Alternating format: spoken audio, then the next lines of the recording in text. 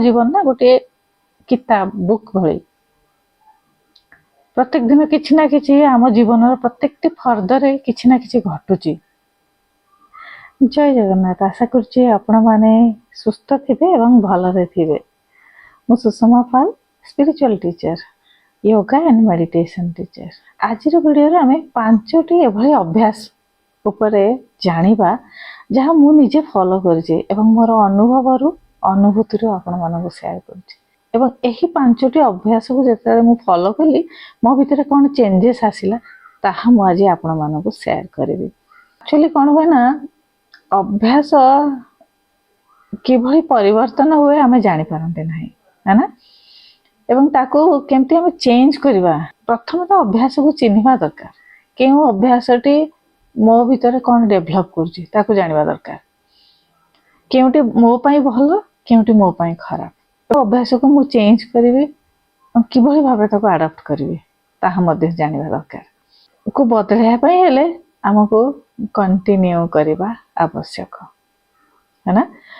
प्रथम तो जानिबा आवश्यक जे एही अभ्यासटी मो पई क्षतिकारक एवं जेपरे जानि परिबे ना सेतबेले सजगता पूर्वक आमे ताको चेंज कर परिबा।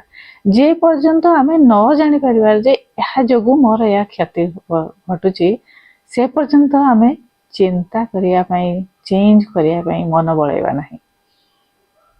आमे स्कूल काहे कि जाउचे किछि लाभ पाइबा पई भलो लागू न लागू। आमे पाठ काहे कि पढुचे किछि लाभ पाइबा पई। आमे खाद्य काहे खाउचे तीनोटी कारणर खाद्य खाउचे है ना। प्रथम तो हैला हमर टेस्ट भलो लागुचे। द्वितीय रे आमे ता पई बंचिचे हम शरीर पई ता दरकार। त्यो खाइबार तृतीय कारणटी हेउची समस्त खाउछन्ते तेणु मो मध्ये खाइबे। मते भोक लागुची मते कोन भलो लागुची ता दरकार एवं एटा गोटे नियम मोर प्रत्येक दिन नियम मोर अभ्यास रे बदली जाइची। तेणु एही समय रे मु खाद्य खाइबे। तो ए तीनोटी कारणर हम खाद्य खान्ते किंतु ता भीतर हमको जानियार अछि केउ खाद्यटी केतिकी खाइबी केउ समय रे खाइबी एवं केउ खाद्यटी मो पई भलो आउ का पई आउ किछि भलो हेले मो पई आउ कोन भलो अछि ना। किंतु हम ताहा जानि पारंते नाही। आमे बेसिकली कोन होय ना स्वाद हिसाब रे हम खाद्य को चयन करंती। सेही भली अभ्यास कोनोसी अभ्यास आम पई केते हितकारी एवं केते क्षतिकारी ताहा मध्य आमे चयन करि पारंते नाही। तो ये 5टी अभ्यास कौन आज डिस्कस करवा। जो मैंने मो सहित योगा एंड मेडिटेशन करने चाहूँगी मैसेज करेंगे 7676593069 चैनल नुआ अच्छा तो सब्सक्राइब करेंगे कमेंट बॉक्स में जय जगन्नाथ लिखे। प्रथम अभ्यास मु कौन करे ना आग मते बही पढ़ा को इच्छा हुए मु तेणु बही सब जुआड़े भी जाए बही सब किणी आने किंतु 2 पेज पढ़ी 4 पेज पढ़ी तापर से बही मोर सेल्फ रे गोटे गोटे जिनस या वस्तु भाव रे रही जाए। मु केवल ताकू गोटे सजै की रखे बस एते बही मो पाखरे अछि केतो इच्छा ले खोली की देखिबी किंतु बहीटा को मु संपूर्ण पढ़ी पारे नाही। बहुत पुराना बेलर कथा कहूची जेतेले मु बही पढ़िबा आरंभ कली। प्रथम अभ्यास टी मोर या थिला किंतु ता जोगु धीरे धीरे कोन हैला ना कोन क्षति मोर होची मु बही तो मगे आनछि किंतु पढुनी तो मु सेटा पाउची कोन मो मन रे सेटा चिंता मु कली किंतु बही रो पढिले कोन होए एते तार बेनिफिट्स मु जानिली ना। मु एंते सुनिली पढी के जानिली एवं आगर मध्ये सुनिथिली तापर मु गोटे छोट बही रो मु पढिबा अभ्यास आरंभ कली।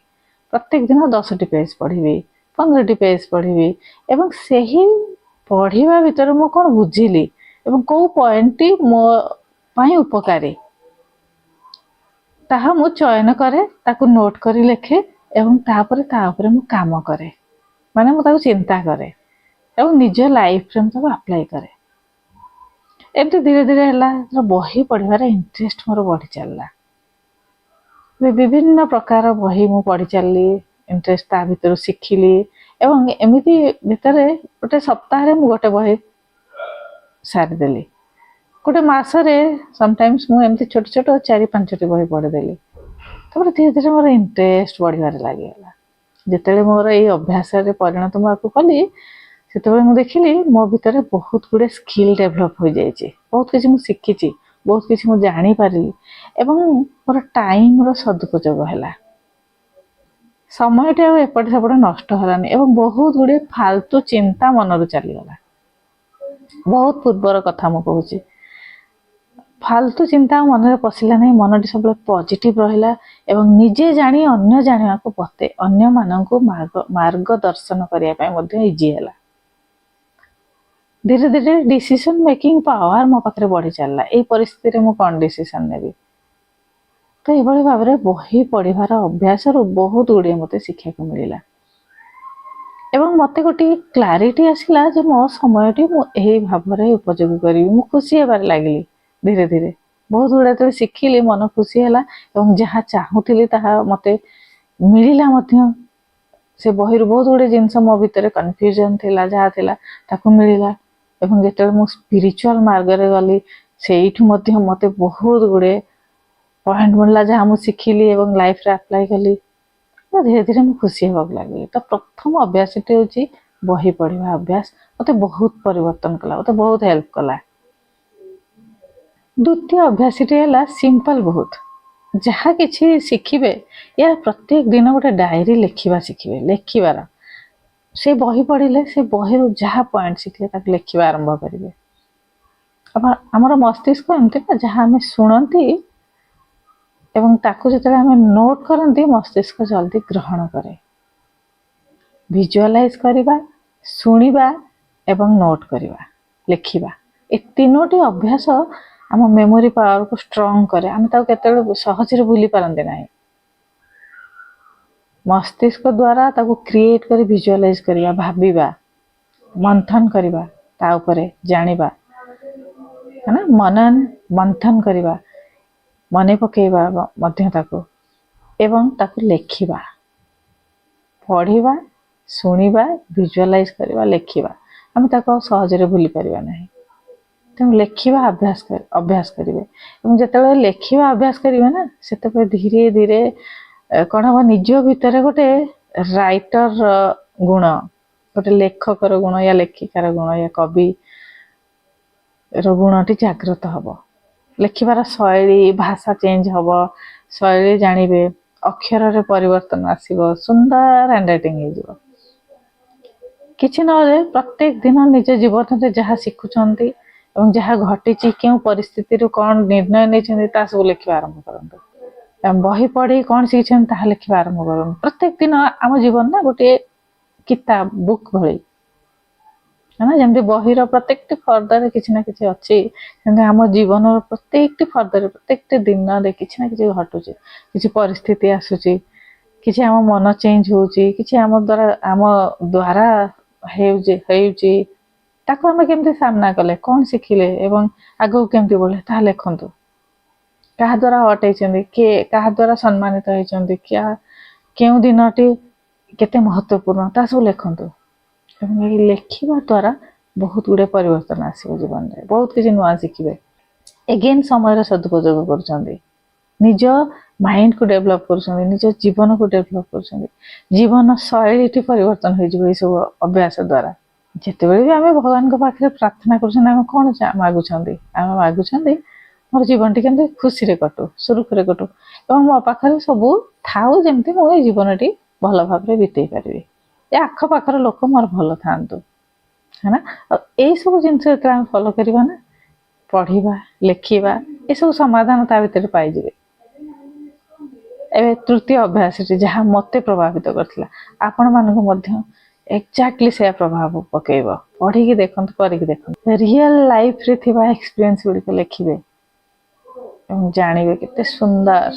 ଆଉ ଯେତେବେଳେ ଲେଖିବା ଅଭ୍ୟାସ ପରିଣତ ହେଇଥିବ, ନିଜେ ଗୋଟିଏ ଛୋଟ କ୍ଷୁଦ୍ର ଗଳ୍ପ ମଧ୍ୟ ଲେଖିପାରିବେ, କ୍ଷୁଦ୍ର କବିତା ମଧ୍ୟ ଲେଖିପାରିବେ। ଯେଉଁମାନଙ୍କୁ ଲେଖିବା ପାଇଁ ଭଲ ଲାଗେ ସେମାନେ ଧୀରେ ଧୀରେ ଏସବୁ ସ୍କିଲ୍କୁ ଡେଭଲପ୍ କରିପାରିବେ। ତୃତୀୟ ଆଦତଟି ହେଉଛି, ଅଭ୍ୟାସଟି ହେଉଛି, ଯେତେବେଳେ ମୁଁ ଧ୍ୟାନ କଲି, ପ୍ରଥମତଃ ମୋତେ ବସିବା ତ କଷ୍ଟ ଲାଗୁଥିଲା, ଧ୍ୟାନ କରିବି ଇଚ୍ଛା ଥିଲା, କିନ୍ତୁ କେମିତି ବସିବି କଣ୍ଟିନ୍ୟୁ। କିନ୍ତୁ ଯେତେବେଳେ ମୁଁ ଧ୍ୟାନ କରିବା ଆରମ୍ଭ କଲି ନା, ପ୍ରଥମେ 15 ମିନିଟ୍ରୁ ଆରମ୍ଭ କରି मैक्सिमम अध घंटा 40 मिनिट गोटे घंटा पर्यंत आराम से बसी जाए जना पड़ेनि समय।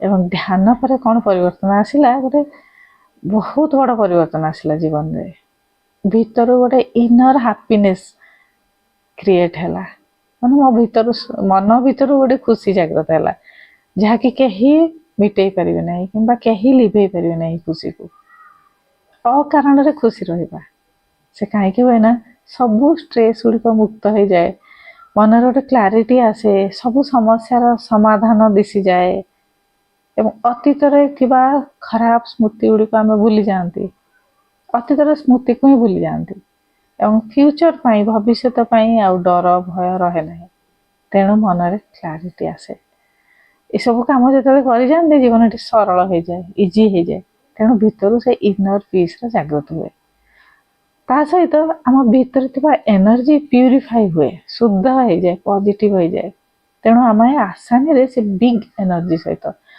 इनर एनर्जी को से बिग एनर्जी सहित जोड़ी पारती ध्यान द्वारा स्पिरिचुअल मार्ग रे मन बड़ाए ध्यान द्वारा भक्ति जागृत हुए तो बहुत गुड़े जिनस मिल जहाँ आम जीवन को सुंदर कर गढ़ी तोड़ तेणु प्रत्येक दिन किसी किसी समय बाहर कर ध्यान करेंगे है तृतीय अभ्यास जहाँ मत परिवर्तन कर देछि।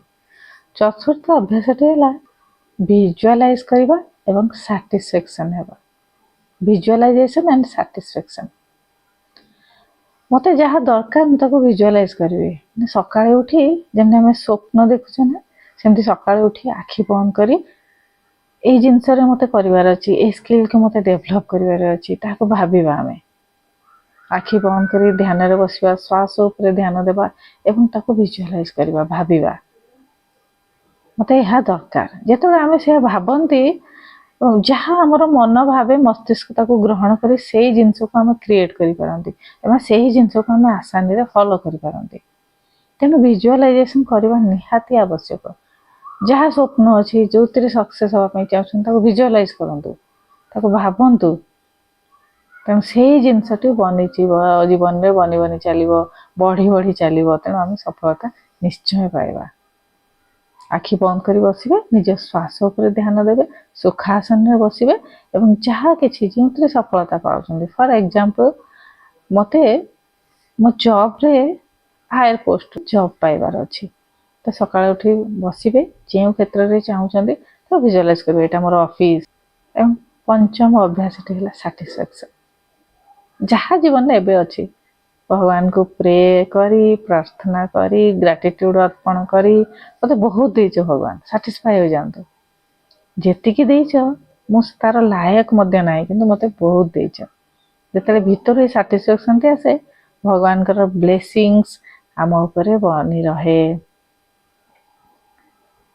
सैटिस्फैक्शन द्वारा आम खुशी रही सैटिस्फाई रही निज काम को 100% करी मध्य पारिबा जो कम कर डिसैटिस्फाई ना यहाँ भल नुह ये कमटा मुझे करें या मुझे करने चाहूँगी जब एम डिसैटिस्फैक्शन करेंगे से कमर गुणवत्ता भल हेना तेणु 100% करें ना सैटिस्फैक्शन निहाती दरकार जो अवस्था अच्छा जहाँ परिस्थिति जहाँ भी था ना भगवान मत भल देच तो आग को आहरी भल भल बढ़ी चलो तेणु विजुअलाइज करेंगे सैटिस्फाई हेबे एवं सब बेले हसुवे सब बेले खुशी रही मुहर स्माइल टी केतବେଳେ दूर करेंगे ना स्माइल हमको कौन प्रदान करे एक तो फिजिकली आम फेस रो मसल्स गुड़ी हैप्पी हार्मोन क्रिएट हुए जो स्माइल करते बहुत चिंतार थे बहुत रागी थे देखिए मन टी केमती थी अलरेडी डिप्रेस हो जिते गोटे हस